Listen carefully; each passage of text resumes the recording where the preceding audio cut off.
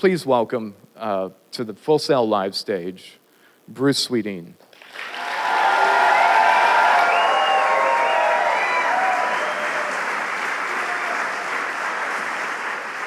What I'm going to talk about today really is my life in the music recording studio. The first thing I want to tell you is that no matter how good a song is, or how accomplished the musicians playing it are, a poorly done recording and mix of that song will leave you cold. In other words, it will leave the listener with a bad impression of what the song could really be. So it's up to us as music recording and mixing people to do the best work that we possibly can. I've been involved as a professional in music recording since the days of the big bands, roughly from 1952 through the present time. As you can imagine, during that period, I've seen many fascinating changes in this wonderful industry of ours. It's been an exciting ride for me. No 2 days have ever been the same. For me, one circumstance has remained absolutely constant. I am just as turned on today by recording and mixing music as I was on my first day in music recording when I was a kid starting out in Minneapolis. Recording and mixing music, there is nothing that I would rather be doing than recording and mixing music. Is there anything you would rather be doing? Now, when I first started out in music recording, our industry was totally direct to disc. The magnetic tape recorder was not yet in common use. So, the first and probably most memorable change that I have personally witnessed was the switch from direct-to-disc recording format in the early 1950s to the magnetic tape recording format. I will never forget that day in 1953 when the first high-quality professional magnetic tape machine came into my life. I was working at Schmidt Music Company in Minneapolis, Minnesota as recording engineer in their small but excellent recording facility.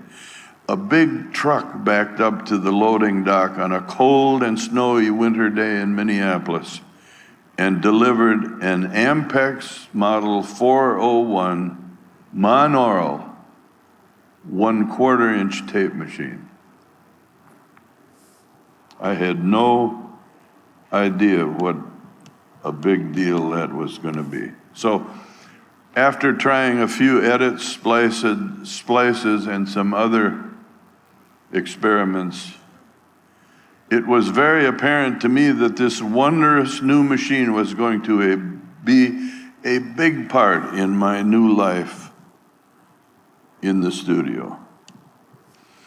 The next important change for me in music recording was the introduction of multi-track recording.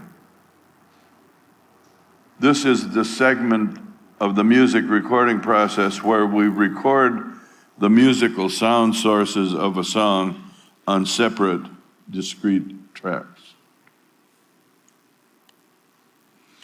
Once we have the musical performance and its musical sound sources on separate tracks, we can begin the mixdown process, where the relative balance values can be altered to affect a change in the emotional character of the music.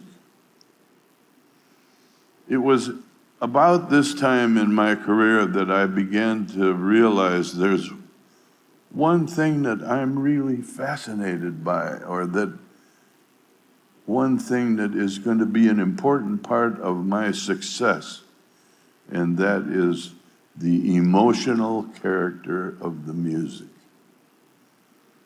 And pretty soon I figured out that's all that I'm after.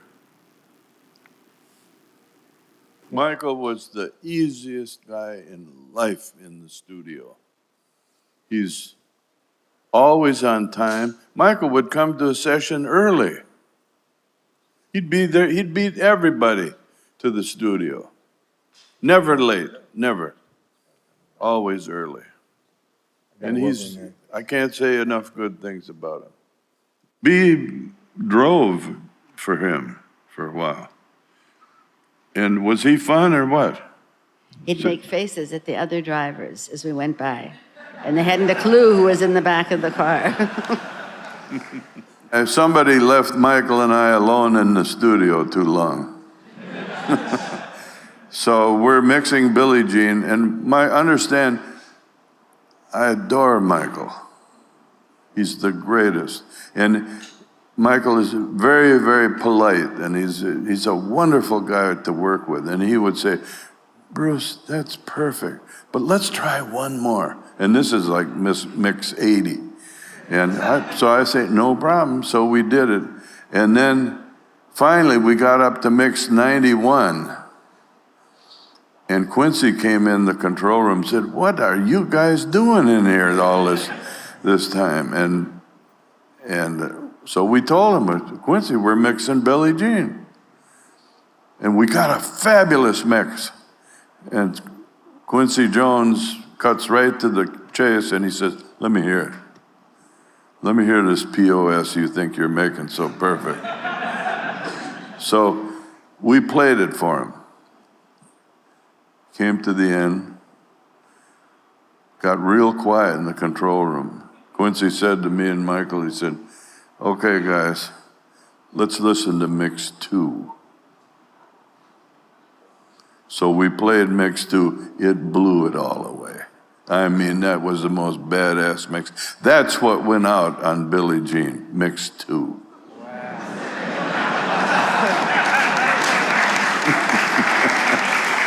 Michael doesn't normally record songs that he doesn't write. And Smile was written by Charlie Chaplin.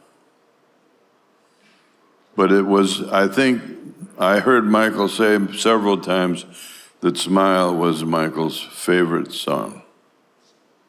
Michael, when he does the whistling at the end, Michael couldn't blow and whistle. He couldn't do that. He had to suck in and whistle. That's how he did it. And it wasn't easy, but he did it really well. No, it's a funny thing. This is all I've ever done, is make music.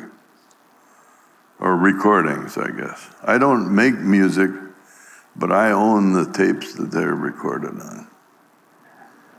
The most important thing that I can leave with this group today is don't ever lose sight of your love of music. Okay.